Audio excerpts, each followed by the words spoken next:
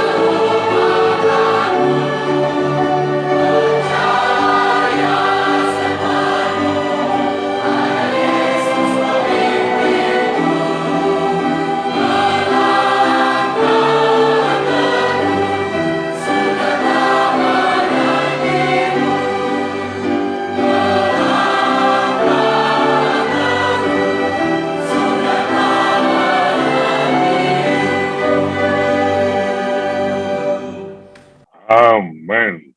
Tadi lagu pujian dari teman-teman kita yang tunanetra. Mari kita undang hamba Tuhan, Pendeta James. Kita berdoa. Bapa di sorga, Allah yang maha baik, terima kasih Tuhan untuk waktu dan kesempatan yang indah pada siang hari ini. Kami akan memulai ibadah pada siang hari ini melalui ajaran Roh Nubuat dan pelajaran 11 Sabat. Biarlah Tuhan akan memberkati kedua hamba Tuhan, Pendeta Samuel Simonangkir dan Pendeta Sumampau, biarlah firman yang akan disampaikan boleh menguatkan, meneguhkan iman kami untuk mempersiapkan diri kami untuk pergi keluar, untuk menginjil dan melayani Tuhan. Amin. Bersamalah dengan kami Tuhan sepanjang ibadah kami pada siang hari ini. Biarlah kuasa Roh Kudus mengarahkan kami untuk mengerti dan memahami akan firman Tuhan. Terima kasih Bapa. Dengarlah doa kami ini di dalam nama Tuhan Yesus kami persembahkan doa ini. Amin. Amin. Haleluya. Untuk pelajaran Roh Nubuat, ya, Roh Nubuat adalah tulisan dari hamba Tuhan Enya White yang menceritakan tentang Alkitab, ya, isi Alkitab.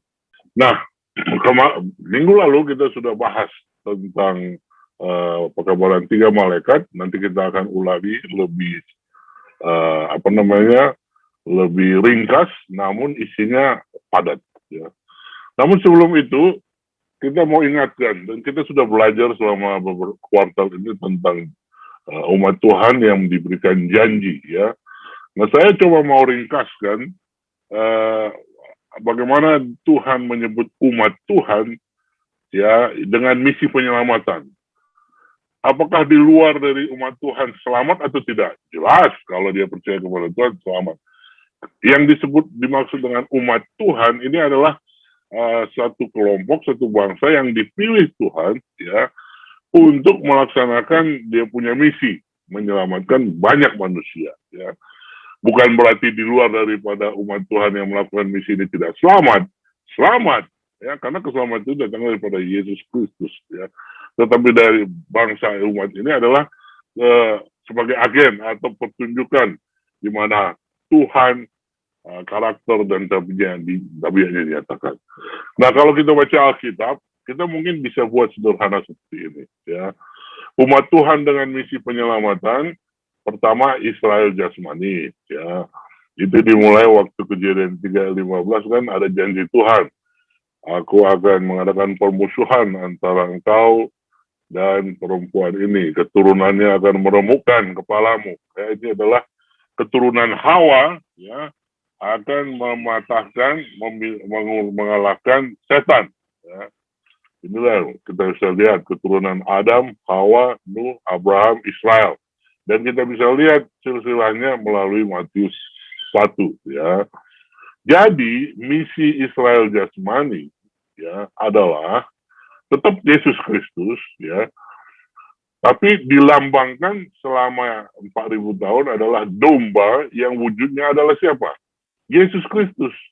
Keselamatan melalui anak domba Allah, Yesus Kristus. Nah, di akhir daripada nubuatan tersebut, ya, pekerjaan tersebut, 4.000 tahun, misinya mereka Israel jasmani adalah menjelaskan tentang Yesus yang akan datang. Dan ketika dia datang, wujudnya, ya, sayangnya mereka ada yang menolak, ya. Banyakan menolak daripada yang menerimanya. Lalu akhirnya karena mereka menolak Yesus, akhirnya keselamatan yang diberikan kepada mereka sebagai agen keselamatan, ya, ketika Stefanus dilempari batu, maka misi keselamatan itu diberikan kepada umat Tuhan yang disebut Israel rohani. Ya. Nah, di situ mereka disebut misi. Pergi mengabar Injil ke seluruh dunia. Ya. Kabarkan Injil. Ya. Kabarkan tentang Yesus Kristus yang adalah jalan keselamatan dan hidup. Ya.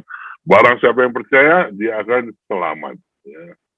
Nah, dalam sejarah ini, Kristen mula-mula kita tahu melalui buku Wahyu, disebut Kristen itu, Israel rohani Kristen dari dulu sampai sekarang, ya, ada yang disebut dengan 7 jemaat. Ya, Efesus, Smyrna, Pergamus, Tiatira, Sardis, Philadelphia, dan Laodikia.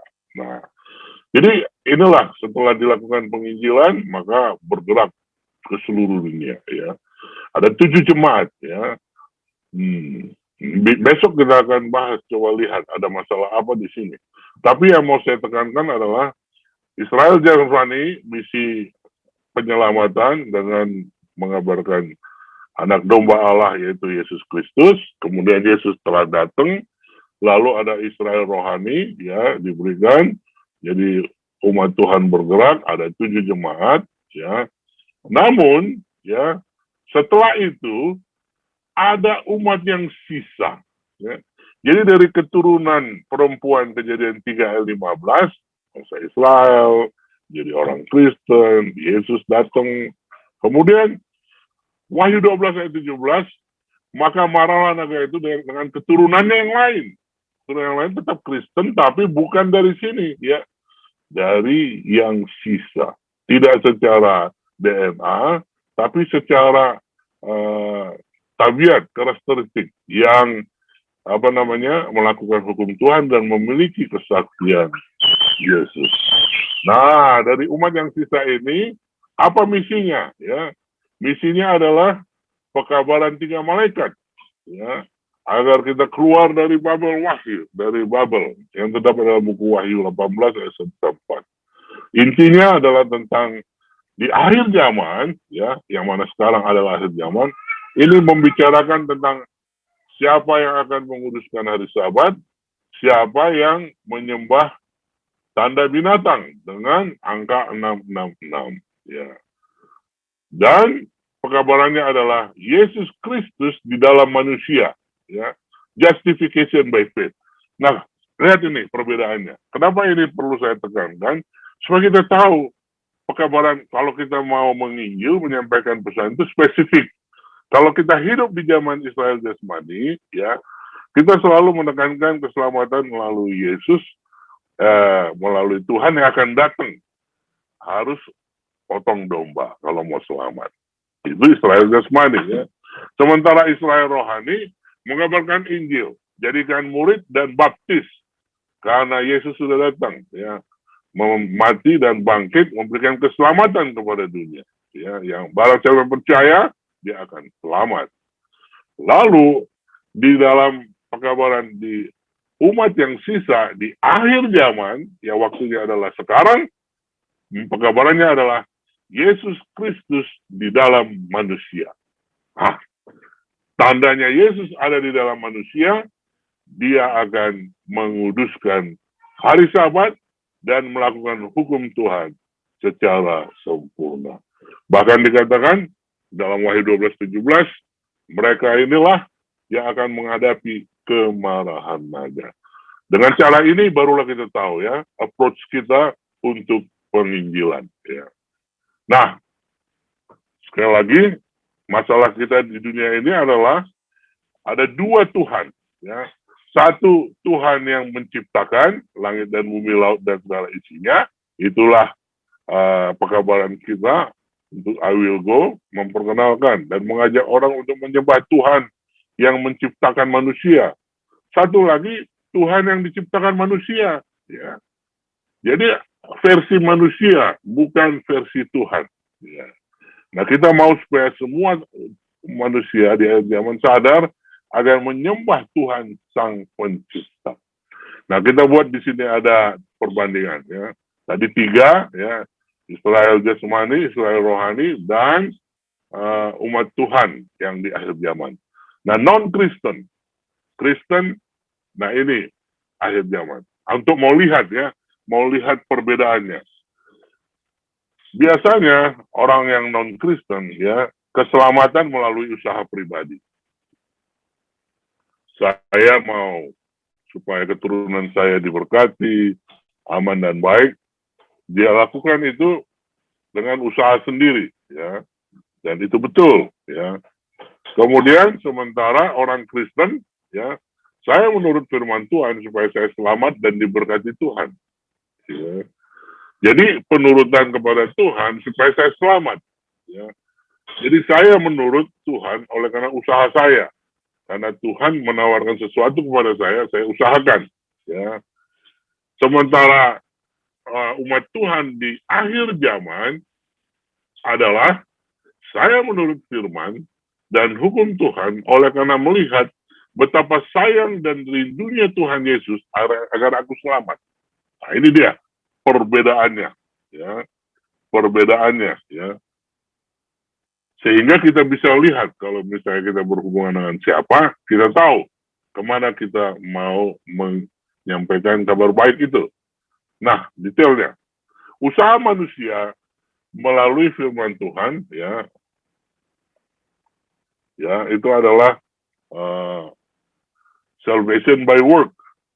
Kita bisa lihat pemuda kaya. Jadi ini baik non-Kristen maupun yang Kristen, ya umumnya, ya bahkan orang Farisi pun seperti ini, kayak pemuda kaya. Dia ikut firman Tuhan. Lalu Tuhan katakan, oke, jual hartamu, ikut aku. Dia tinggalkan Yesus. Ya, kenapa? Nanti dulu, karena saya menurut firman Tuhan supaya saya selamat, ya, dan diberkati Tuhan. Nah, sementara pekabaran 3 malaikat di akhir zaman yang diperlukan adalah, ya, usaha dari Tuhan Yesus Kristus yang menyelamatkan kita. Kalau di Alkitab dikatakan Yohanes 14 ayat 15, jikalau kamu mengasihi aku, kamu menuruti segala perintahku. Lihat, penurutan kita akan firman Tuhan berdasarkan kasih Tuhan. Bukan berdasarkan supaya saya selamat, bukan berdasarkan karena saya mengasihi Tuhan. Tapi kasih Tuhan itulah yang mendorong kita untuk apa? Menuruti firman Tuhan. Saya menurut firman dan hukum Tuhan oleh karena melihat betapa sayang dan rindunya Tuhan agar aku selamat. Ya. Sehingga inilah kesaksian kita sebagaimana Yesus katakan. Kesukaan orang yang dekat dengan Tuhan adalah Taurat Tuhan dan merenungkannya siang dan malam. Besok akan kita terangkan lebih detail lagi. Kita kesimpulannya hanya satu, ya. Kita sedang adalah umat Tuhan yang di akhir zaman. Misinya adalah bagaimana Yesus Kristus hidup di dalam manusia, di dalam saya. Bukan aku lagi yang hidup, tapi Yesus yang hidup dalam diriku. Nah, yang terakhir, kalau mau kita sederhanakan, ya, perbedaan orang baik di akhir zaman. Kalau orang baik non-Kristen, ya, saya berbuat baik karena usaha saya. Inilah motivasi, ya, yang selalu kita lihat dalam buku, baca di buku maupun di televisi, ya. Kalau mau sukses dari kitanya dulu, ya. Jangan orang lain, dari kitanya dulu. Usaha saya, bagaimana saya supaya baik, jujur dan lain. Tapi orang Kristen, ya, jadi apa perbedaan orang baik, orang yang bukan Kristen, orang baik, orang Kristen, dan orang baik manusia di akhir zaman, umat yang sisa. Kalau orang baik yang bukan Kristen, dia baik, tidak mencuri, tidak berbohong, setia, karena dia usahakan sendiri.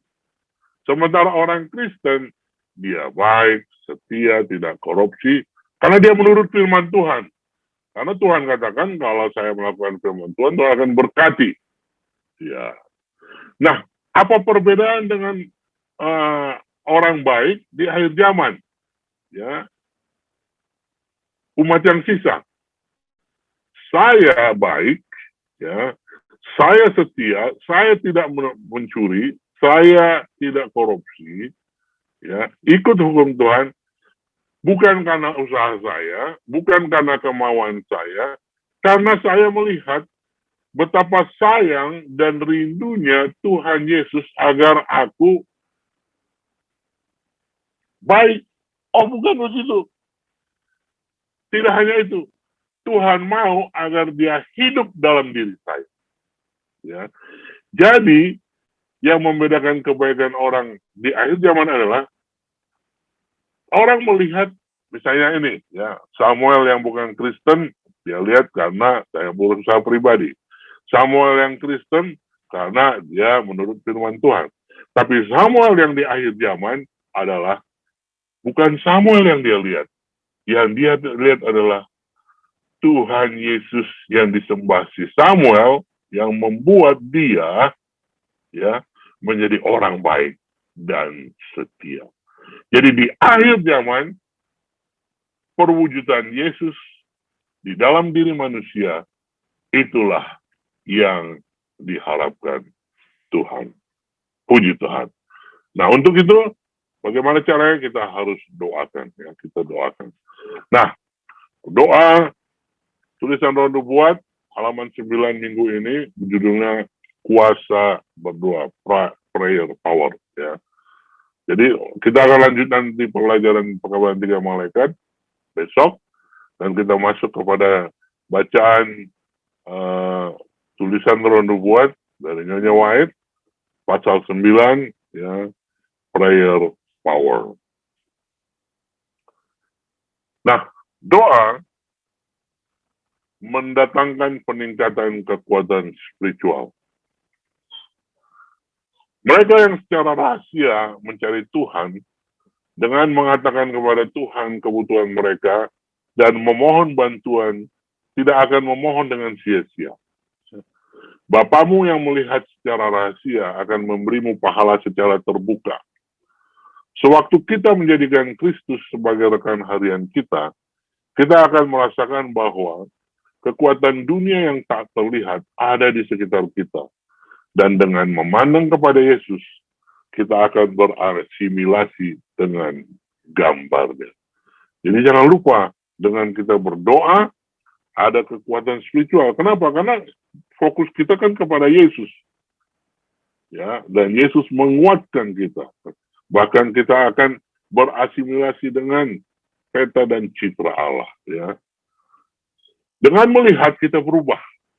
Karakternya dilembutkan, diperhalus, dan dimuliakan untuk kerajaan surgawi.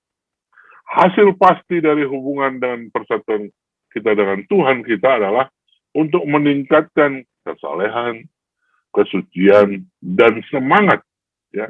Ini hasil kalau kita berdoa dan melihat Yesus. Ya.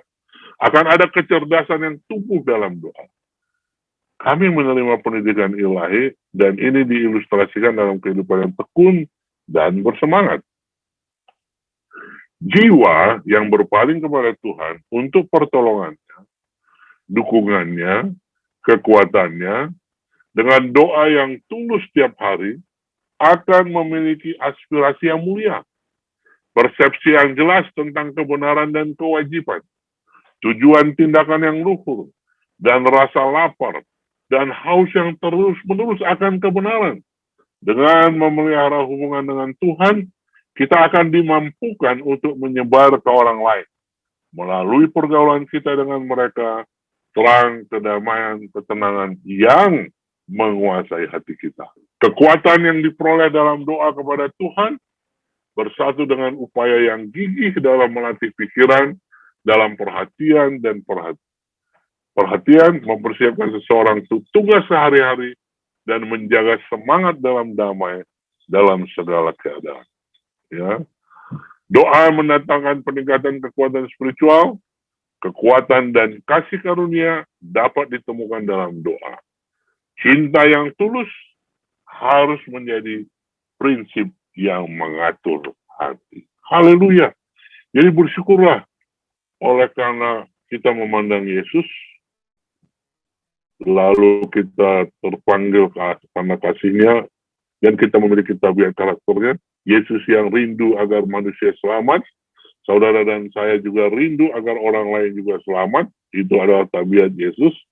Lalu kita doakan satu nama yang belum mengenal Tuhan, dan satu nama yang sudah mengenal Tuhan tapi murtad, kita bawa kepada Yesus melalui doa. Kegiatan ini menolong kita semakin mengasihi Tuhan, sudah kasih, ya, tapi di saat yang sama membuat kita semakin serupa dengan tabiat dan karakter Tuhan. Arahkan pikiran Anda pada hal spiritual. Jauhkan pikiran Anda dari memikirkan diri sendiri. Kembangkan jiwa yang puas dan ceria. Anda terlalu banyak bicara tentang hal-hal yang tidak penting. Anda tidak mendapatkan kekuatan spiritual dari ini. Jika kekuatan yang dihabiskan untuk berbicara dikhususkan untuk doa, Anda akan menerima kekuatan rohani dan akan membuat melodi di hati Anda kepada Tuhan. Haleluya, ya. Doa mendatangkan peningkatan kekuatan spiritual, menolong kita mengarahkan pikiran kepada Tuhan, bukan kepada diri sendiri. Kita mendapatkan kekuatan rohani, waktu kita habiskan berbicara dalam doa, dan membuat melodi, lagu, sukacita di hati kita kepada siapa? Kepada Tuhan. Puji Tuhan. Ya. Satu lagi tulisan Roh Nubuat, ya. Kita tidak menghargai kekuatan doa sebagaimana yang seharusnya. Lihat, harus percaya ada kekuatan doa. Kita tidak menghargai kekuatan dan kemanjuran doa sebagaimana mestinya. Doa dan iman akan melakukan apa yang tidak dapat dicapai oleh kekuatan manapun di bumi. Ya. Kita jarang dalam segala hal ditempatkan pada posisi yang sama dua kali. Kami terus-menerus memiliki adegan baru dan pencobaan baru untuk dilalui, di mana pengalaman masa lalu tidak bisa menjadi panduan yang cukup. Kita harus memiliki cahaya berkelanjutan yang datang dari Tuhan. Jadi saudaraku, doa, ya, tidak, kalau kita bisa berdoa, ya, mendapatkan kekuatan yang tidak bisa dikalahkan oleh kekuatan manapun di bumi. Ya. Jadi kalau mau mengalami pengalaman mujizat dalam hidup, kemudian kekuasaan dalam apa yang bisa dilakukan, doa, ya, yang datang dari Tuhan, menghadapi cobaan, ujian di dunia ini, berdoalah. Karena doa memiliki kuasa yang luar biasa. Doa menjaga kita dalam kuasa Tuhan. Kekuatan yang diperoleh dalam doa kepada Tuhan akan mempersiapkan kita untuk tugas sehari-hari. Godaan yang kita hadapi setiap hari membuat doa menjadi satu kebutuhan. Agar kita dapat dipegang oleh kuasa Tuhan melalui iman. Keinginan pikiran harus terus naik dalam doa dalam hati. Ketika kita dikelilingi oleh pengaruh yang diperhitungkan untuk menuntun kita menjauh dari Tuhan, permohonan bantuan dan kekuatan kita haruslah tanpa rasa lelah. Kecuali jika memang demikian, kita tidak akan pernah berhasil dalam menghancurkan kesombongan dan mengatasi kuasa godaan untuk pengampunan dosa yang menahan kita dari juru selamat. Terang kebenaran yang menguduskan hidup akan menemukan kepada penerima nafsu berdosa hatinya yang berjuang untuk penguasaan, dan yang membuatnya perlu untuk meregangkan setiap keberanian dan mengarahkan semua kekuatannya untuk melawan setan, sehingga dia dapat menaklukkan melalui jasa Kristus. Haleluya. Mari kita berdoa dengan kuasa Tuhan untuk, ya, untuk diri kita dan untuk orang lain. Dan jangan lupa, kita punya tujuan adalah bagaimana Yesus Kristus hadir dalam diri kita, ya. Bagaimana Yesus hadir dalam diri kita, ya. Kita diselamatkan oleh karena kasih Yesus, ya. Saya mengasihi Yesus, Yesus Kristus telah menyelamatkan saya. Yesus Kristus harus hidup dalam diri saya. Tuhan memberkati kita. Amin. Sebelum kita masuk kepada pelajaran Sekolah Sabat, kita dengarkan lagu pujian berikut ini.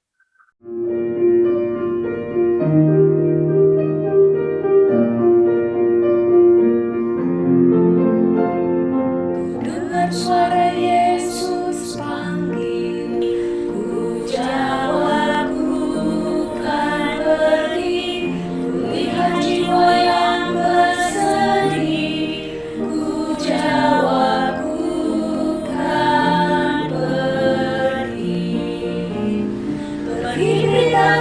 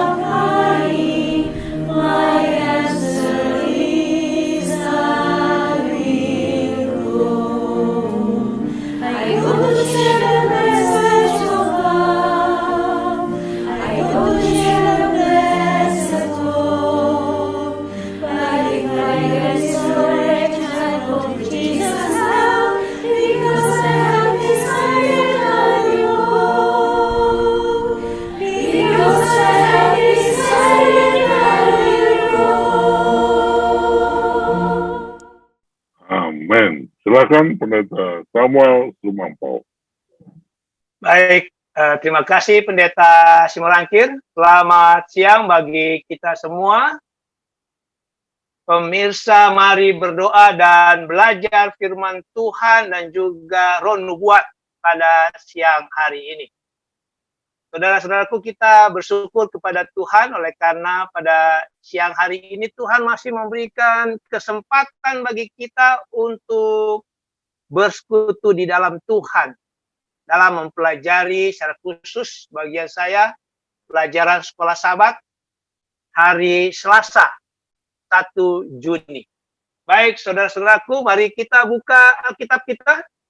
Karena kita mau belajar Alkitab, kita buka Alkitab kita. Yeremia pasal 31 ayatnya yang ke-33. Saya yakin kemarin Pendeta James Kursina sudah membacakannya. Kita baca kembali Yeremia pasal 31 ayatnya yang ke-33. Tetapi beginilah perjanjian yang kuadakan. Beginilah perjanjian yang Allah adakan dengan kaum Israel, dengan orang Israel sesudah waktu itu. Demikianlah firman Tuhan. Lalu kalimat selanjutnya dikatakan, aku akan menaruh Tauratku. Taurat ini adalah perjanjian dalam batin mereka dan menuliskannya dalam hati mereka. Maka aku akan menjadi Allah mereka dan mereka akan menjadi umatku. Saudara-saudaraku yang diberkati Tuhan, dari ayat ini ada dua pelajaran yang dibahas di dalam pelajaran sekolah Sabat kita. Pelajaran yang ke-10. Kalau kemarin Pendeta James Kursina sudah membahas tentang pekerjaan hati. Dan ini ada juga di dalam ayat ini bagian terakhir tadi dikatakan aku akan menuliskannya di dalam hati mereka. Menuliskan perjanjian itu, menuliskan Taurat Tuhan itu di dalam hati mereka. Jadi memang saudara-saudaraku, salah satu unsur penting di dalam keberhasilan melaksanakan perjanjian baru. Judul sekolah Sabat kita di pelajaran yang ke-10 yaitu adalah pekerjaan hati yang Allah berikan supaya orang dapat bertobat, dapat kembali, dan itu sudah dijelaskan oleh Pendeta James Kursina kemarin. Dan besok akan lebih jelaskan lagi, ya, khususnya nanti di hari Kamis. Baik, saudara, sehubungan dengan judul pelajaran hari Selasa, Perjanjian Lama dan Perjanjian Baru. Dikatakan tadi di bagian atas, tetapi beginilah perjanjian yang Allah adakan dengan kaum Israel. Jadi ayat ini menyatakan bahwa perjanjian baru dalam tanda petik yang Allah sudah sampaikan di ayat sebelumnya, di ayat 31, itu dibuat Allah dengan orang Israel. Dengan orang Israel. Pertanyaannya, saudara-saudaraku, apakah itu berarti hanya keturunan orang Israel saja yang menerima janji perjanjian tersebut? Saya ulangi, saudara-saudaraku, apakah itu berarti hanya keturunan orang Israel saja yang menerima janji perjanjian tersebut? Sudah barang tentu tidak, saudara-saudara. Walaupun memang benar orang Israel telah dikaruniakan janji-janji daripada perjanjian tersebut. Tetapi saudaraku yang diberkati Tuhan, semua orang, apakah itu orang Israel sendiri atau saudara dan saya yang notabene-nya bukan orang Israel, kita semua, Israel maupun non-Israel, diundang untuk mengambil bagian dalam janji-janji tersebut. Dengan syarat mereka harus setuju akan perjanjian itu. Dengan syarat mereka harus masuk ke dalam perjanjian tersebut. Sebagaimana yang Allah katakan melalui hambanya Nabi Yesaya di dalam Yesaya 56 ayat 6 dan 7.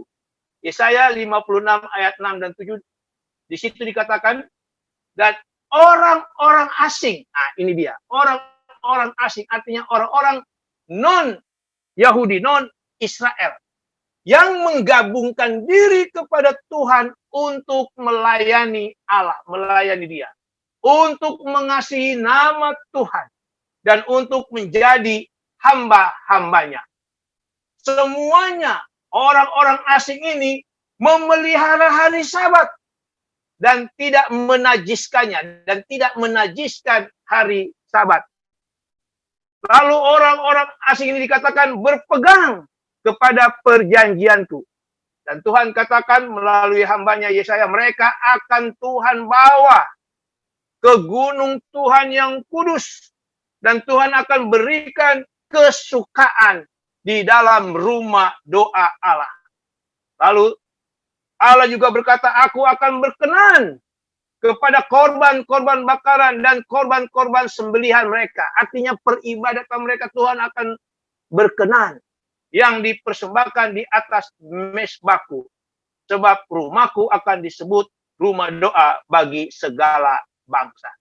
Jadi saudara-saudaraku, walaupun perjanjian baru di ayat 31 Tuhan buat dengan bangsa Israel, tetapi saudara-saudaraku, janji ataupun karunia daripada perjanjian itu tidak hanya untuk orang Israel, tapi juga bagi saudara dan saya, orang Israel rohani sekarang ini. Saudara-saudaraku yang dikasihi Tuhan, kalau kita membaca di dalam Ibrani pasal yang ke-8, ayatnya yang ke-6, mari kita buka. Ibrani pasal 8, ayatnya yang ke-6, di situ dikatakan begini. Tetapi sekarang ia telah mendapat suatu pelayanan yang jauh lebih agung, karena ia menjadi pengentara dari perjanjian yang lebih mulia.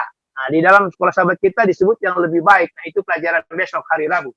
Dikatakan, walaupun Ibrani pasal 8 ayat 6 mengatakan perjanjian baru itu disebut lebih baik, lebih mulia tadi di dalam bahasa Indonesia, Alkitab Indonesia, sesungguhnya tidak ada perbedaan mendasar. Saya mau garis bawahi, sesungguhnya tidak ada perbedaan mendasar dari baik perjanjian lama dan juga perjanjian baru. Pertanyaannya, mengapa tidak ada perbedaan mendasar di dalam perjanjian lama dan perjanjian baru? Saudara-saudara, pelajaran sekolah sahabat kita mengatakan, karena Allah yang menawarkan keselamatan melalui kasih karunia di dalam Roma pasal 3 ayatnya yang ke-24, saudara boleh baca itu di rumah, adalah Allah yang sama yang memberikan ataupun menawarkan keselamatan melalui kasih karunia di dalam Keluaran 34 ayatnya yang ke-6. Artinya Allah di dalam perjanjian baru, Roma 3 ayat 24, itu adalah Allah yang sama. Di dalam perjanjian lama, Keluaran 34 ayatnya yang ke-6. Berikut dikatakan, Allah yang mencari umat yang memohon pengampunannya, di dalam Yeremia 31 ayat 34, ya. Tadi kita baca ayat yang ke-33, adalah Allah yang sama yang memberikan pengampunan di dalam Ibrani pasal 8 ayatnya yang ke-12. Lalu yang berikut dikatakan, Allah yang berusaha untuk menuliskan hukum di dalam hati mereka. Tadi kita sudah baca itu, dan itu sudah dijelaskan oleh hamba Tuhan Pendeta James Hursina kemarin, yaitu di dalam Yeremia 31 ayat 33, adalah Allah yang sama juga di dalam Ibrani pasal 8 ayatnya yang ke-10. Saudara-saudaraku yang diberkati Tuhan, kalau kita melihat kehidupan orang Israel, begitu juga dengan murid-murid Tuhan Yesus di zaman perjanjian baru, orang Israel merespon kasih karunia Allah dengan menerima Yesus dan Injilnya. Menerima Yesus dan Injilnya. Sehingga Rasul Paulus di dalam Roma pasal 11 ayatnya yang kelima mengatakan bahwa orang Israel untuk satu waktu tertentu mereka menjadi umat yang sisa. The remnant church yang dipilih oleh kasih karunia. Dan pada saat yang sama, saudara-saudaraku, orang-orang yang non-Yahudi, orang-orang yang non-Israel, itu orang Yunani dan orang Roma dan sebagai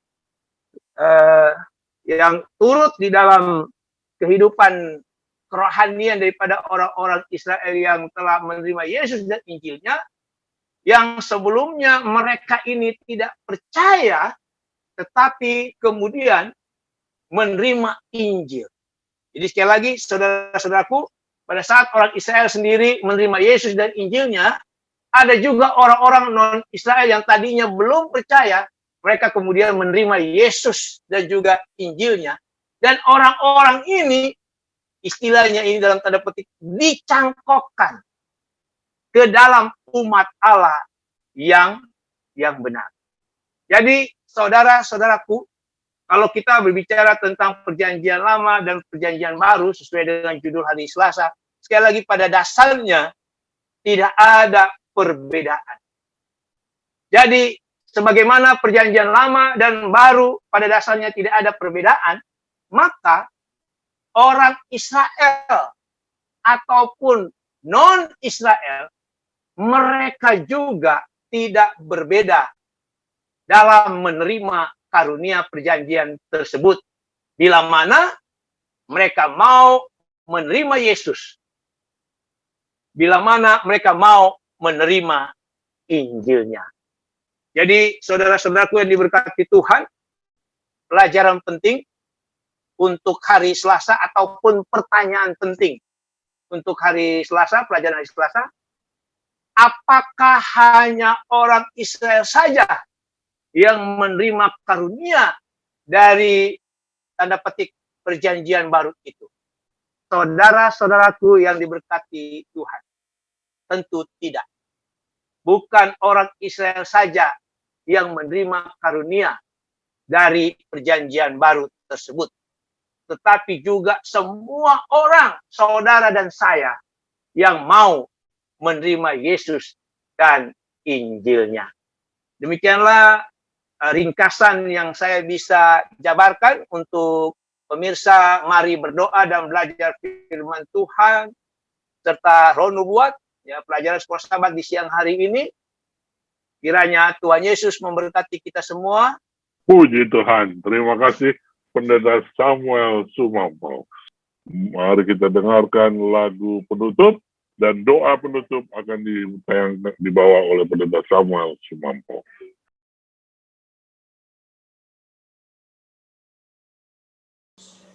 Jadilah Tuhan kehendak-Mu, Engkaulah kali, aku debu. Jadikan aku sesuka-Mu. Aku menunggu di kaki-Mu. Jadilah Tuhan kehendak-Mu, ujilah sekarang percayaku. Aku menyembah di kaki-Mu.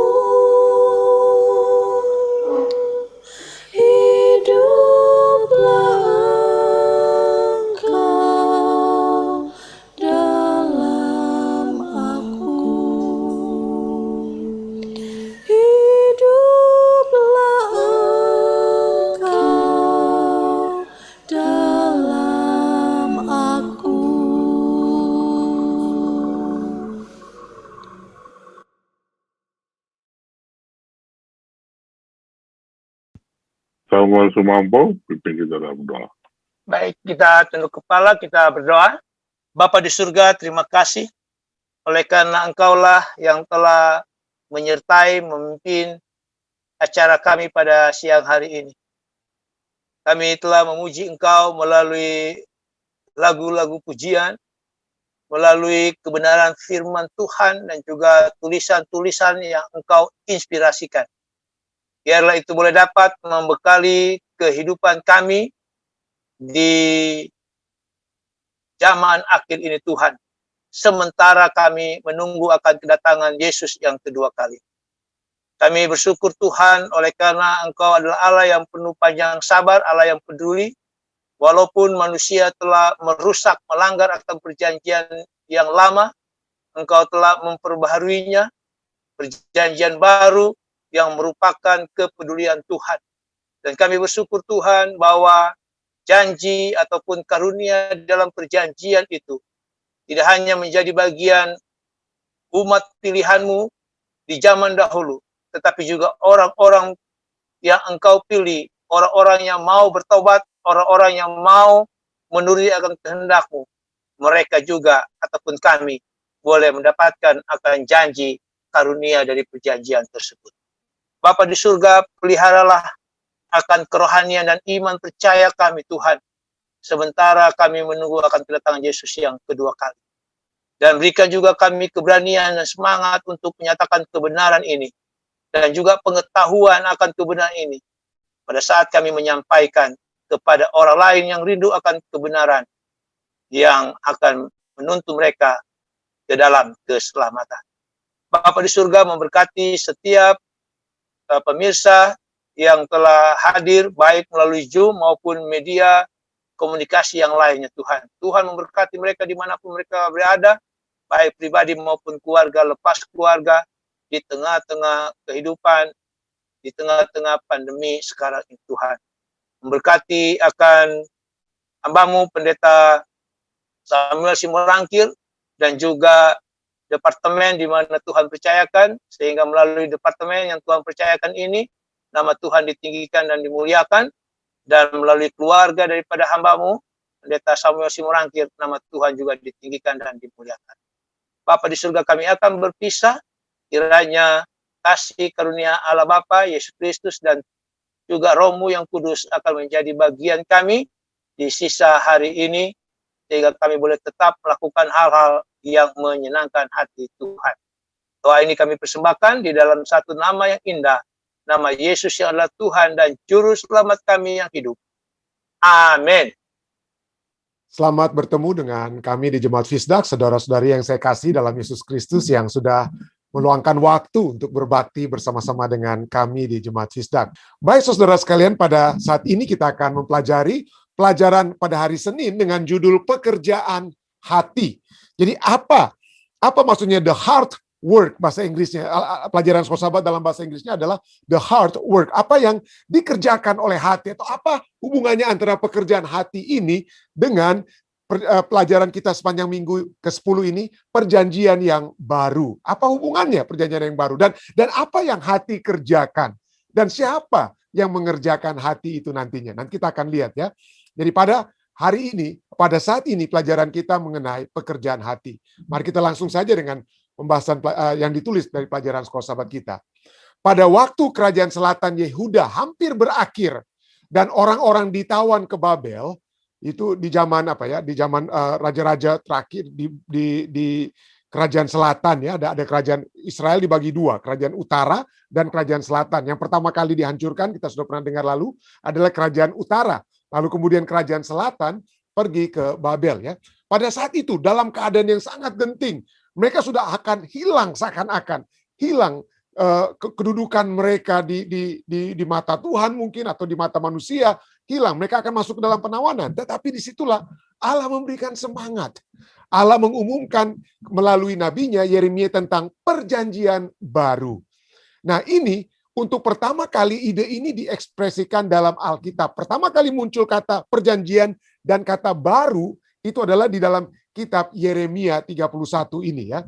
Ini untuk pertama kalinya ini muncul. Akan tetapi ketika 10 suku kerajaan utara Israel hampir dihancurkan, sekitar 150 tahun sebelum zaman Yeremia di kerajaan selatan, ide untuk perjanjian yang lain, perjanjian yang lain lagi itu kali ini sudah disebutkan oleh nabi terakhir di kerajaan utara, yaitu Nabi Hosea. Hosea sudah menulis tentang perjanjian, walaupun tidak ada kata perjanjian baru, tapi Hosea sudah tulis itu dalam Hosea 2 ayat 17 sampai dengan 19. Bacalah Hosea 2 ayat 17 sampai 19. Perhatikan persamaan antara apa yang Tuhan firmankan kepada umatnya di sana, di kerajaan utara, melalui Hosea, dengan apa yang Allah katakan di dalam Yeremia 31 ayat 31 sampai 34. Bagi kerajaan di selatan, di zaman Nabi Yeremia, kurang lebih 150 tahun kemudian setelah Hosea.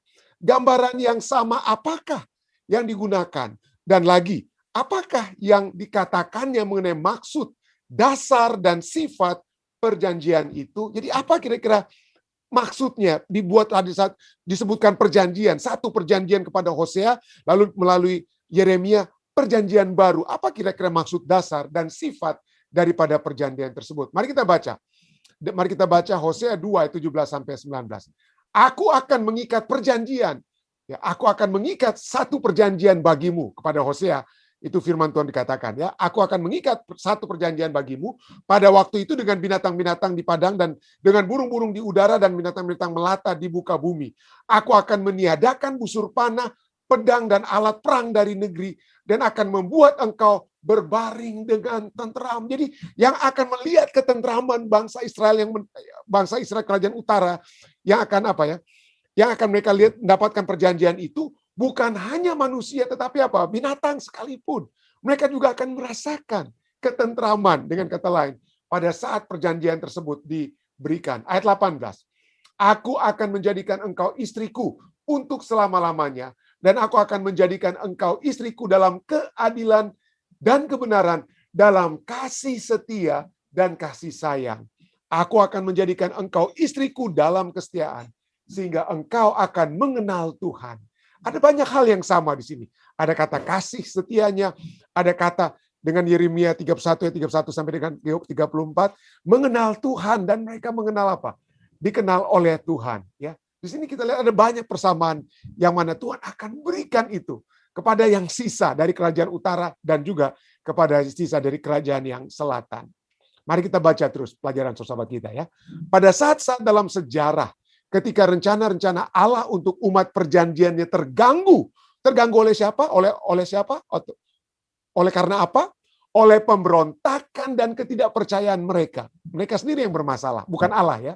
Tapi Allah mengutus nabi-nabi untuk mengumumkan bahwa sejarah perjanjian dengan orang setianya tidak berakhir. Tidak berakhir. Tidak peduli betapa setianya mereka. Tidak peduli betapa tidak setianya mereka. Kemurtatan, pemberontakan, dan pelanggaran di antara mereka. Tuhan masih mengumumkan kerelaannya untuk masuk dalam satu hubungan perjanjian dengan semua yang rela bertobat, semua yang rela menurut, semua yang menuntut janji-janjinya. Pelajari ayat-ayat berikut. Walaupun ayat-ayat itu tidak secara khusus menyebutkan satu perjanjian baru, tapi ada unsur-unsur apakah yang ditemukan dalam ayat-ayat itu yang menyatakan prinsip-prinsip di balik perjanjian baru. Mari kita lihat ayat-ayat ini. Misalnya, Yeskiel 11 ayat 19. Sana dikatakan, Allah katakan apa? Aku akan memberikan mereka hati yang lain dan roh yang baru dalam batin mereka. Juga aku akan menjauhkan dari tubuh mereka hati yang keras dan memberikan mereka hati yang taat. Jadi ada satu hal yang secara khusus Allah akan berikan di dalam perjanjian baru itu, yaitu apa? Hati yang baru, batin yang baru, bukan lagi hati yang keras, ya, tetapi memberikan hati yang taat. Yeskiel 18 ayat 31. Buangkanlah daripadamu segala durhaka, ya, hati yang keras yang menyebabkan kedurhakaan, ya. Buangkanlah daripadamu segala durhaka yang kamu buat terhadap aku, dan perbaharuilah hatimu dan rohmu. Mengapakah kamu akan mati, hai kaum Israel? Jangan sampai kamu mati, dengan kata lain, ya. Tapi perbaharuilah hatimu dan apa? hatimu dan rohmu. Buang yang hal-hal yang durhaka. Yeskiel 36 ayat 26. Kamu akan kuberikan, Allah yang memberikan. Bukan mereka akan mengusahakan, tidak. Tapi kamu akan kuberikan hati yang baru dan roh yang baru di dalam batinmu, dan aku akan menjauhkan dari tubuhmu hati yang keras dan kuberikan kepadamu hati yang taat. Sekali lagi, semuanya itu ada kata yang istimewa di sini. Apa yang dikatakan? Kamu akan kuberikan, aku akan berikan, aku akan berikan. Tuhan yang memberikan. Itu sekali lagi bukan usaha manusia, tetapi usaha yang Tuhan sudah lakukan bagi manusia yang tegar tengkuk, keras kepala dan lain sebagainya. Ya. Jadi pelajaran sahabat kita kemudian katakan, Tuhan akan menyediakan hati yang mengenal bahwa akulah Tuhan. Yeremia 24 ayat 7. Tuhan akan menjauhkan dari tubuh mereka hati yang keras dan memberikan mereka hati yang taat. Yeskiel 11 ayat 19. Dan akan memberikan hati yang baru dan roh yang baru. Yeskiel 36 ayat 26. Dia juga berfirman, aku akan menaruh rohku kepadamu. Yeskiel 36 ayat 27.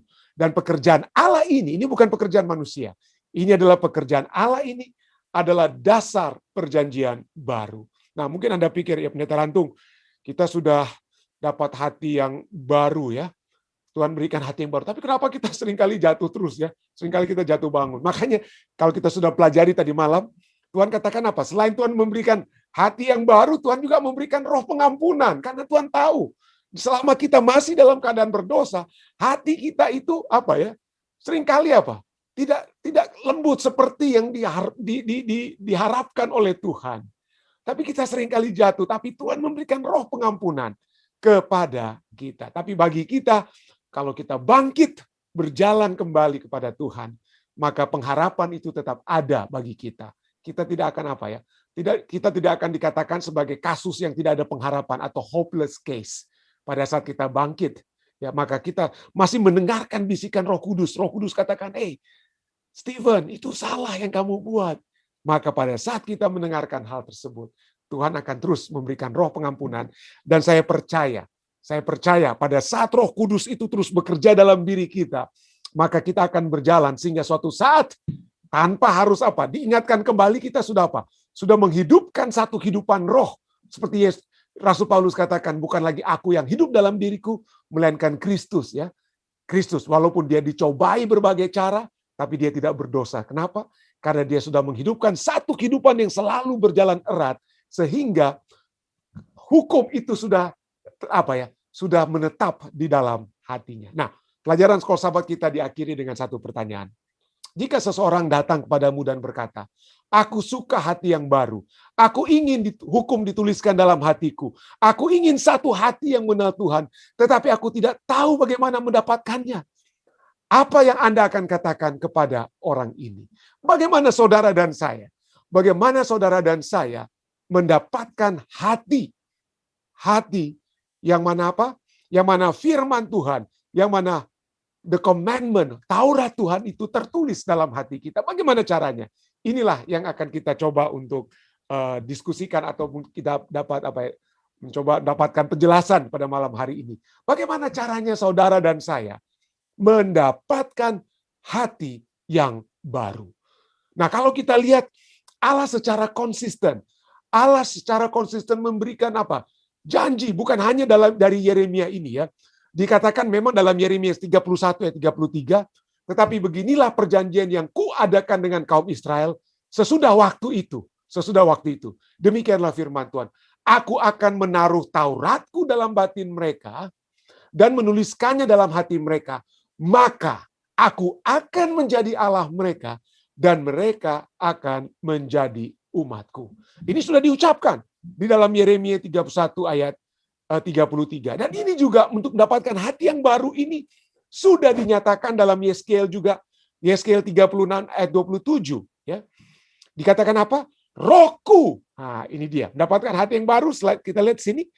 Tuhan katakan dalam Yeremia, aku akan berikan. Dan Yeskiel memberikan satu elemen baru, yaitu diberikan melalui siapa? Melalui roh Allah.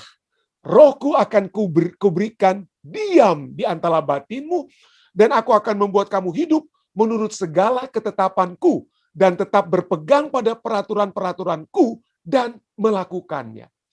Saya percaya bahwa Allah Bapa, Allah Anak, dan Allah Roh itu bekerja bersama-sama sejak dari zaman apa? Dari penciptaan alam semesta ini, ya. Pada kita lihat pada mulanya Allah menciptakan langit dan bumi, ayat Kejadian 1 ayat 1, Kejadian 1 ayat 2, dan Roh Allah melayang-layang di atas air. Lalu kemudian ayat ketiga katakan berfirman jadilah terang dan lain sebagainya. Dan kita tahu dari pelajaran-pelajaran kita sudah pelajari bahwa Yesuslah agen pencipta kita dari kealahan. Jadi dengan kata lain, ketiga oknum kealahan itu telah bekerja bersama dalam penciptaan. Tapi juga kita lihat di sini, pada saat yang kita bisa lihat bahwa kealahan itu memegang peranan yang secara spesifik dapat kita lihat seakan-akan berbeda. Maksud saya begini, di Perjanjian Lama kita sering melihat apa? Perjanjian Lama dari kitab kita yang memegang peran utama adalah apa ya? Allah Bapa. Allah Bapa memegang peranan utama. Perjanjian Baru, siapa yang memegang peran utama di Perjanjian Baru? Allah Anak, Yesus Kristus yang turun. Lalu sesudah Yesus, siapa yang memegang peranan utama? Itu Allah Roh, ya. Aku harus pergi. Yohanes katakan ya dalam kitab Yohanes 14 sampai 16 bagaimana Yesus berbicara tentang the comforter, ya, Roh Allah, ya, Roh Kudus yang akan datang. Jadi setelah zaman Yesus, setelah zaman Perjanjian Baru, maka yang memegang peran utama adalah Roh Kudus, ya. Jadi Roh Kudus. Dan disinilah kita bisa melihat bahwa setelah untuk mendapatkan hati yang baru itu di waktu yang akan datang, ya, pada saat yang akan datang pelajaran kita tadi malam, maka pada zaman Roh Kudus, yaitu zaman kita saat ini, setelah Yesus naik ke surga, maka Roh Kudus memegang peran utama untuk apa? Diam di dalam hati dan batin kita. Walaupun sekali lagi Roh Kudus itu sudah bekerja di Perjanjian Lama, Roh Kudus juga bekerja di Perjanjian Baru bersama-sama dengan Yesus, tetapi dia memegang peran utama pada saat ini. Seperti juga janji tentang hati yang baru. Janji hati yang baru itu bukan hanya kepada Yeremia, Ulangan 6 ayat 6 itu sudah dikatakan apa? Apa yang kuperintahkan kepadamu pada hari ini haruslah engkau perhatikan. Ini kita sedang coba melihat bahwa hukum dalam hati itu adalah rancangan Allah dari semula. Apa yang Allah perintahkan, these commandments di Deuteronomy 6 ayat 6, bahasa Inggris dari Ulangan 6 ayat 6. These commandments that I give you today are to be on your hearts. Perintah hukum itu dalam hati itu apa? Bukan hanya nanti setelah Yeremia 31 sampai 34. Itu sudah ada juga dalam Ulangan 6 ayat 6. Walaupun bahasa Indonesia katakan apa? Apa yang kuperintahkan kepadamu pada hari ini haruslah engkau perhatikan. Ada walaupun kata hatinya di tengah-tengah ya. Perhatikan. Tapi bahasa Inggrisnya apa ya? This commandment, hukum apa yang kuperintahkan kepadamu pada hari ini haruslah apa? Ada di dalam hatimu. Bahasa Inggrisnya ya katakan. Tapi bahasa Indonesia haruslah engkau perhatikan. Harus engkau perhatikan. Jadi harus ada dalam hati. Hukum itu sudah harus dalam hati itu bukan hanya nanti di zaman apa? Sesudah Yeremia, dari zaman Musa sekalipun. Ya, to be in your heart, levav, to be in your inner man, mind, will, and heart. Ya, Ulangan 30 ayat 6. Dan Tuhan Allahmu akan menyunat hatimu dan hati keturunanmu sehingga engkau mengasihi Tuhan Allahmu dengan segenap hatimu dan dengan segenap jiwamu supaya engkau hidup. Tapi itulah ya, sudah dibilang kepada orang Israel bahwa hukum itu harus masuk dalam hati. Bukan hanya di mulut, bukan hanya mereka tempel-tempel di dahi mereka. Kalau orang-orang Yahudi ya ada apa ya? Taurat atau kalimat-kalimat Taurat itu mereka tempel di dahi dan lain sebagainya ya. Jadi jangan, tapi masukkan ke hati. Tetapi inilah di zaman Perjanjian Lama itu belum apa? Belum penuh. Kenapa? Karena mereka belum melihat Yesus anak Allah yang datang.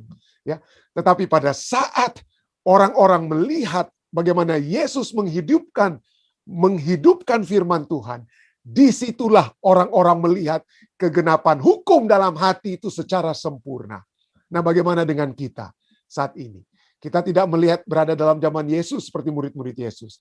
Tetapi sekali lagi, Walaupun kita bukan berada di zaman perjanjian lama, di mana Allah Bapa itu hadir melalui Ka'bah, atau di zaman perjanjian baru, Yesus hadir di tengah-tengah umat manusia. Tetapi saat ini kita jangan pernah lupa bahwa Roh Kudus hadir di tengah-tengah kita. Kita tidak memiliki tidak memiliki disadvantages atau hal yang kurang dari keadaan kita saat ini karena kita pikir, waduh, tidak ada Allah Bapa, tidak ada Allah Anak. Jangan pikir seperti itu. Karena kita memiliki Allah Roh Kudus. Ya. Hukum dalam hati bagi kita saat sekarang ini adalah melalui Roh Kudus. Aku akan menaruh Tauratku dalam batin mereka dan menuliskannya dalam apa? Dalam hati mereka. Rohku akan kubiarkan diam di dalam batinmu. Aku akan membuat kamu hidup menurut segala ketetapanku dan tetap berpegang pada peraturan-peraturanku dan melakukannya. Dan inilah kita lihat kegenapannya ya. Inilah yang Yesus katakan. Sehubungan dengan itu. Dengan roh yang akan Tuhan berikan dalam hati kita. Yohanes 6 ayat 13 katakan apa? Tetapi apabila ia datang yaitu roh kebenaran, ia akan memimpin kamu ke dalam seluruh kebenaran. Ya, ke dalam seluruh kebenaran.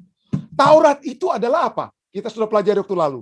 Taurat itu adalah yarah dalam bahasa Ibrani-nya yang menunjukkan kepada arah kehidupan yang harus kita lalui. Itulah jalan kebenaran yang harus kita lalui. Dan siapa yang akan memimpin kita dalam Taurat, dalam yarah, dalam arah, dalam kebenaran tersebut? Siapa yang akan memimpin kita?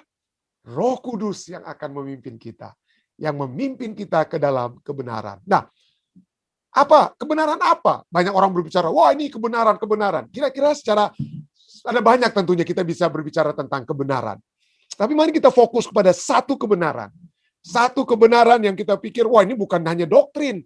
Ya betul, kebenaran itu dapat berhubungan dengan doktrin. Ya, doktrin tentang apa keadaan orang mati, doktrin tentang sabat. Nah semua itu betul, ya itu akan menuntun kita. Tapi ada satu hal yang sangat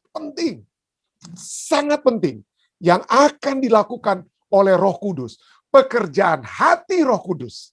Yang bukan hanya membuat orang menerima doktrin kebenaran Tuhan, tetapi membawa orang pertama-tama untuk datang kepada Tuhan. Ya, apa itu? Apa yang Roh Kudus akan lakukan yang akan memimpin kita kepada kebenaran, seluruh kebenaran. Apa itu?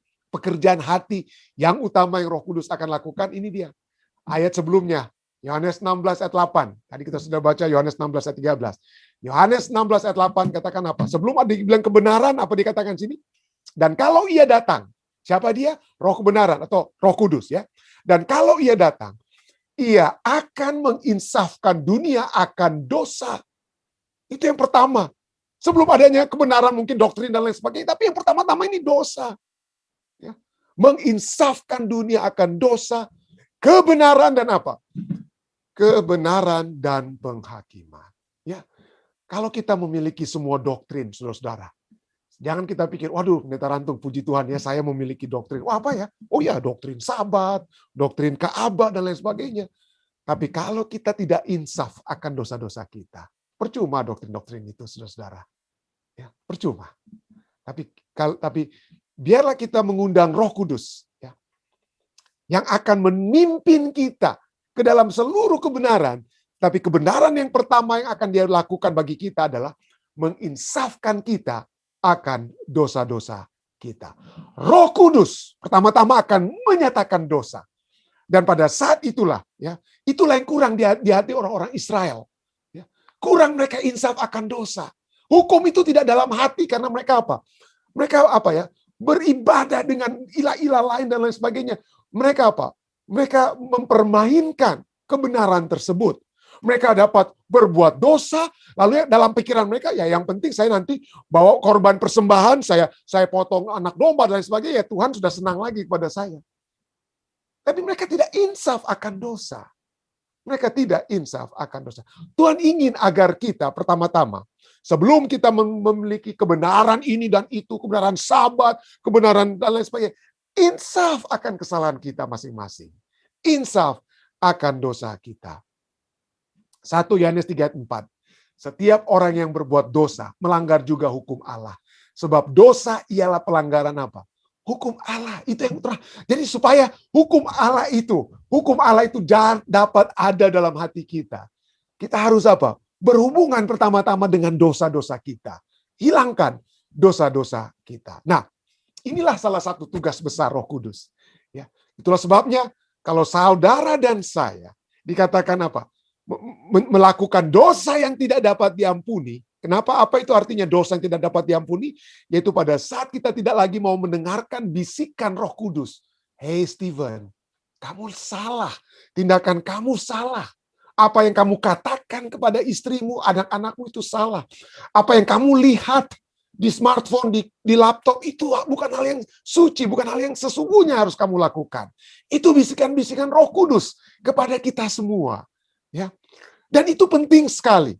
Penting sekali untuk dapat terjadi. Dan itulah tugas Roh Kudus. Kalau kita membiarkan dia untuk tetap berbisik, maka kita tidak mendukakan hati Roh Kudus.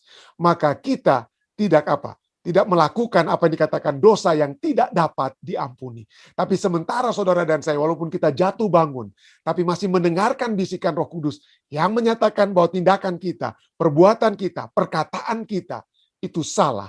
Maka Roh Kudus akan terus-menerus berada dalam hati kita. Dan kalau kita terus-menerus setiap hari berada bersama-sama dengan Roh Kudus, maka kita akan semakin lama berjalan di dalam kebenaran, dipimpin, sehingga pada saatnya hukum itu, hal yang benar itu, kehendak Tuhan tersebut, arah, direction itu ada di dalam hati kita.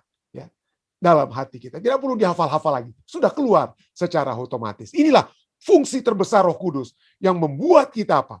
Menyadarkan kita akan dosa. Tidak heran. Roh Kudus dapat saya katakan akan menyebabkan kita berduka terhadap dosa. Nah, ini salah satu hal pekerjaan hati ya yang Roh Kudus lakukan. Kita akan berduka, kita akan melihat, aduh Tuhan, saya mohon maaf, saya telah bersalah. Saya sudah jatuh kembali. Dosa ini, pelanggaran ini, melanggar hukum Allah ini telah saya lakukan. Itu berarti Roh Kudus telah berbisik ya, menyebabkan kita berduka terhadap dosa. Dan saya pernah berkhotbah ya tentang hal ini. Kita sering mendengar firman Tuhan dari Matius 5 ayat 4. Berbahagialah orang yang berduka cita karena mereka akan dihiburkan ya. Tapi sebelumnya berbahagialah orang yang miskin, berbahagia yang lapar dan lain sebagainya, mereka akan memiliki kerajaan surga. Dan sini katakan ya, untuk dapat memiliki kerajaan surga, pada saat Yesus berbicara khotbah di atas bukit ini, pada saat Yesus berkhotbah di atas bukit, itu bagaimana caranya apa? Memiliki kerajaan surga. Dan salah satu hal yang Yesus katakan, kalau kita ingin mendapatkan kerajaan surga itu adalah, kita harus berduka cita. Kita harus berduka cita. Nah, duka cita apa yang terbesar ya? Mungkin kita pikir, wah, ini berduka cita oleh sebab ada yang mati. Ya. Ada yang mati. Betul, kita berduka cita karena ada yang mati. Tapi jangan lupa, orang dunia pun berduka cita kalau ada yang mati. Orang dunia berduka cita kalau keluarga mereka mati. Bukan hanya Anda orang Kristen, orang Advent saja kita yang berduka cita pada saat keluarga kita meninggal. Orang dunia yang tidak percaya Tuhan, yang menolak Yesus sekalipun, yang menghina Yesus sekalipun, pada saat ada yang keluarga mereka yang mati, mereka juga berduka cita. Tetapi duka cita terbesar apa? Yang dimaksudkan pertama-tama, agar mana duka cita ini menghubungkan kita dengan kerajaan surga. Ya. Dengan prinsip-prinsip kerajaan surga. Duka cita apa yang terbesar? Nah, untuk menjawabnya, ya, berduka cita apa yang terbesar di sini? Yang mana dikatakan kalau dalam duka cita ini di dalam bentuk apa? Kalimat yang digunakan di sini adalah dikatakan dalam bentuk apa? Passive tense. You shall be converted. Karena mereka akan dihibur. Artinya kita tidak bisa menghibur diri kita sendiri. Kita yang akan dihibur. Kita akan menerima secara pasif. Kita tidak sedang aktif mencari penghiburan. Tapi pada saat kita berduka cita dalam konteks yang Yesus maksudkan, maka kita yang akan mendapatkan penghiburan walaupun kita dalam segi pasif sekalipun. Ya, pasif tense ya. Kita akan dapat. Jadi, duka cita apa yang terbesar? Inilah duka cita terbesar yang Tuhan inginkan terjadi dalam kehidupan kita. Betul, kita dapat berduka cita dengan kekasih kita yang lainnya. Tapi semua orang dapat berduka cita seperti itu. Tapi duka cita yang utama bagi calon-calon pewaris kerajaan surga bukan duka cita kematian. Kenapa? Karena duka cita kematian itu kita percaya akan ada kebangkitan sesudah kematian. Kita percaya pada saat Yesus datang, kita dan kekasih kita yang kita kasih akan dibangkitkan. Tapi duka cita yang dimaksudkan dalam Matius 5 ayat 4 ini dapat kita lihat hubungannya dalam Sakaria 12 ayat 10. Penting sekali saudara. Apa itu dalam Sakaria 12 ayat 10? Nah, di sini. Hubungan dengan Roh Kudus. Apa yang dilakukan oleh Roh Kudus yang menyatakan hukum, ya. Hukum yang menyatakan dosa itu dalam hati kita apa? Sakaria 12 ayat 10. Aku akan mencurahkan roh pengasihan dan roh permohonan atas keluarga Daud dan atas penduduk Yerusalem, dan mereka akan memandang kepada Dia yang telah mereka tikam dan akan meratapi Dia, berduka terhadap Dia, seperti meratapi anak tunggal yang mati, dengan kata lain ya, dan akan menangisi Dia dengan pedih, seperti orang menangisi anak sulung. Anda lihat, ini Sakaria sedang berbicara tentang duka cita yang hebat ya. Meratapi Dia yang seperti anak tunggal, dengan pedih, seperti anak sulung yang mati, anak satu-satunya yang mati. Siapa Dia di sini yang harus kita ratapi? Siapa? Ya. Yang dinubuatkan dalam Sakaria 12 ayat 10 ya. Yang mereka tikam, ya. Yang umat manusia tikam. Siapa Dia? Tidak lain adalah Yesus. Ya. Pada saat saudara dan saya melakukan pelanggaran-pelanggaran yang tidak sesuai dengan firman Tuhan, pada saat kita berzinah, pada saat kita membunuh, pada saat kita memiliki ilah lain di hadapan Tuhan, pada saat kita menyebutkan nama Tuhan dengan sia-sia, pada saat kita mengingini harta milik orang lain, ingatlah Yesus yang mati di kayu salib bagi kita. Apakah orang Manado bilang, apakah ada ongkosnya? Orang Manado bilang, ya ongkos. Apa pelanggaran-pelanggaran yang kita buat. Dan pada saat itu juga pada saat yang bersamaan, pelanggaran-pelanggaran tersebut menyebabkan Yesus mati di kayu salib. Pada saat kita berduka oleh sebab kita telah menyalibkan Yesus. Pada saat kita berduka, kita melihat Yesus yang disalibkan oleh sebab dosa-dosa kita. Kita berduka cita. Bukan saja oleh karena saudara-saudari kita, orang tua keluarga kita yang meninggal, tetapi kita yang membuat Yesus meninggal. Yesus mati di kayu salib. Oleh sebab dosa-dosa saya dan saudara. Disitulah kita akan apa? Kita akan dihiburkan. Jadi berbahagialah orang yang berduka atas dosa-dosanya. Karena pada saat itu Tuhan akan memberikan penghiburan kepada kita. Bukan hanya kepada dosa-dosa kita. Ya, Sakaria 12 ayat 10 mengajak kita.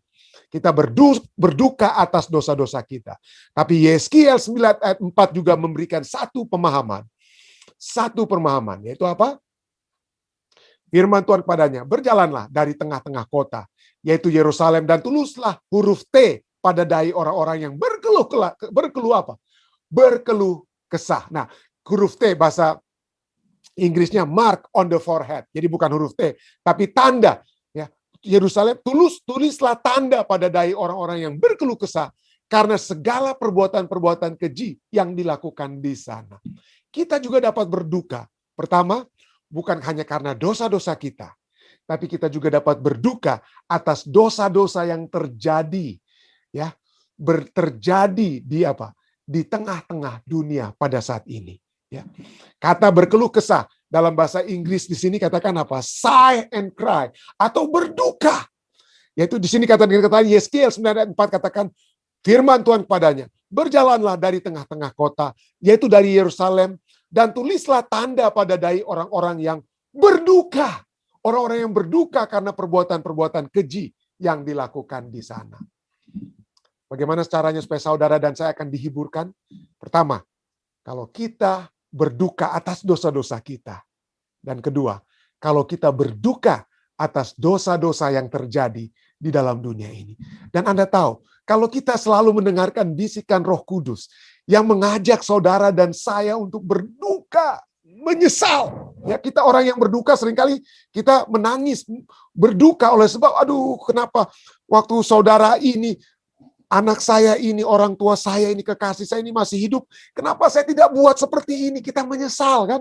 Jadi kata lain daripada berduka itu penyesalan-penyesalan. Jadi pada saat kita menyesal atas dosa-dosa kita, menyesal atas dosa-dosa di dunia ini, itulah Roh Kudus yang sedang bekerja dalam hati kita. Itulah Roh Kudus yang bekerja dalam hati saudara dan hati saya. Dan pada saat kita masih menyesal atas dosa-dosa kita dan dosa-dosa di dunia ini, disitulah kita dapat berkata bahwa perjanjian Tuhan itu sudah nyata. Sudah nyata. Kenapa? Karena Tuhan sudah menaruh hukumnya di dalam batin, di dalam hati kita. Kiranya pekerjaan roh tersebut, ya pekerjaan kasih roh melalui itu, ya, pekerjaan hati tersebut dapat menyebabkan saudara dan saya hidup semakin lama semakin dekat dengan Tuhan, yang telah membawa kita untuk jauh menyesal atas dosa-dosa kita dan dosa-dosa yang ada dalam dunia ini. Saya bawa ini dalam nama Yesus. Amin.